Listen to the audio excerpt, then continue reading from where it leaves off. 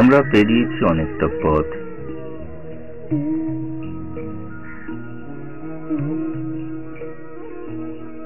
যার কিছুটা উজানে কিছুটা ভাটায়।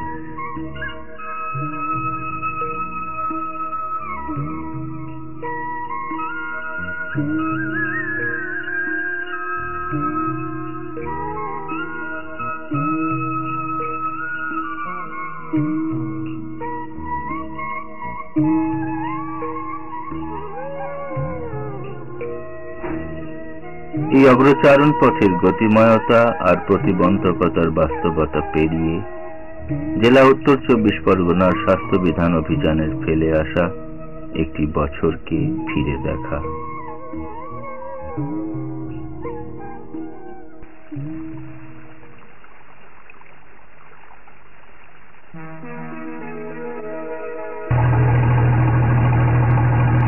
সার্বিক স্বাস্থ্যবিধান জনস্বাস্থ্য রক্ষার একটি প্রয়োজনীয় উপকরণ আর ব্যবস্থাপনা।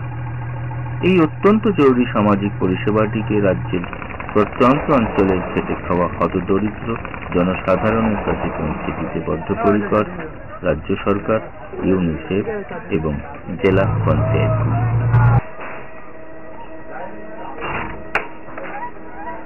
এখানকার সার্বিক যে স্বাস্থ্যবিধানের ব্যাপারে এখানে একটা বড় বাধা হচ্ছে যে এখানে যে উন্মুক্ত প্রান্তর এবং নদী এলাকা, নদীমাতৃক এলাকা এবং এখানকার লোক যথেষ্ট আর কি দরিদ্র আর কি, যার জন্যে এখানে এইটা করতে গিয়ে কিছু কিছু বাধার আমরা সম্মুখীন হয়েছি। স্বাভাবিক ব্যাপার।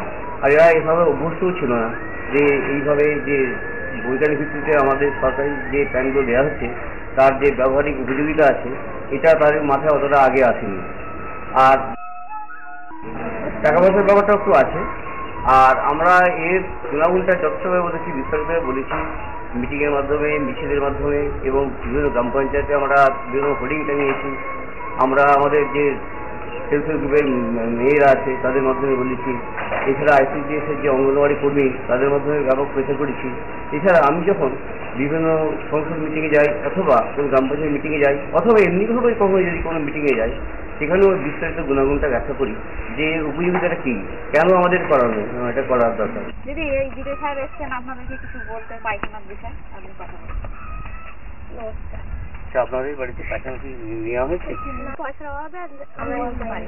তাই হয়। আচ্ছা, আমাদের তো বিজ্ঞান সম্মতভাবে পায়খানার ব্যবস্থা করা হচ্ছে। তো আপনার যদি অসুবিধা থাকে তাহলে আপনি পয়েন্টের সঙ্গে আলাপ আলোচনা করে একবারে যদি না পারেন সবটা কিস্তিতে কিস্তি নেওয়া যাবে। কিস্তিতে হলে আমরা এখনই করতে পারি।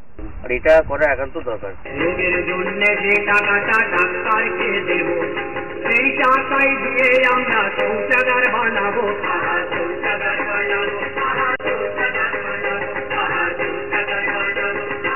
আমার এই মেজার গ্রাম পঞ্চায়েত আমাদের মেয়েরা অনেক সমস্যায় পড়ছে। তার মানে মেয়েরা খোলা মাঠে গিয়ে পায়খানা করার পরে একটা পুরুষ মানুষ এসে গেলে মেয়েরা অনেক দাঁড়িয়ে থাকতে হতো, সময় নষ্ট হতো। তারপরে আমি এই পঞ্চায়েতে আসার পরে মেয়েদেরকে নিয়ে যে মায়েদেরকে নিয়ে মিটিং করার পরে আমি এই ল্যাট্রিনগুলো দিতে পেরেছি। দেওয়ার পরে মেয়েদের অনেক উপকার হয়েছে। বামনের ফেরিঘাটে পায়খানা কাট বইয়েছে, মেয়েদের আমাদের সুবিধা হয়েছে। শৌচাগার মানে আত্মসম্মান, আত্মমর্যাদার অধিকার।